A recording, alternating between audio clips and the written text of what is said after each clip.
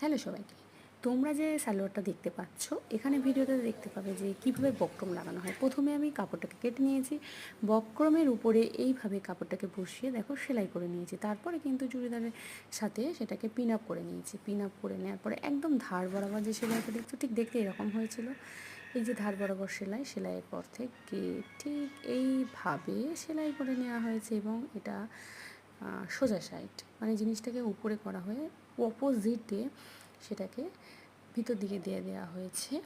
আর এটা যেটা তোমরা দেখতে পাচ্ছ ব্যাকে, কিন্তু পুরো কমপ্লিট হয়ে যাওয়ার পরে দেখতে ঠিক এরকম হয়েছে। তোমরা যদি এইভাবে বক্রম লাগাও তো ফিনিশিং এইরকম সুন্দর হবে। আর কিভাবে লাগিয়েছি সেটা যদি দেখতে হয় তো অবশ্যই একটা কমেন্ট তো করতেই হবে, আর চ্যানেলটাকে সাবস্ক্রাইব করতে হবে।